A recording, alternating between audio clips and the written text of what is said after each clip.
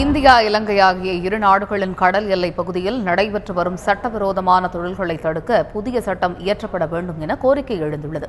யாழ்ப்பாணத்தில் பேசிய கிராமிய கடல் தொழிலாளர் சங்க தலைவர் பொன்னம்பலம், புதிய சட்டம் இயற்றாமல் இருநாட்டு மீனவர்களிடையே பேச்சுவார்த்தை நடத்த ஏற்பாடு செய்வதில் எந்த பலனும் இல்லை என கருத்து தெரிவித்துள்ளார்.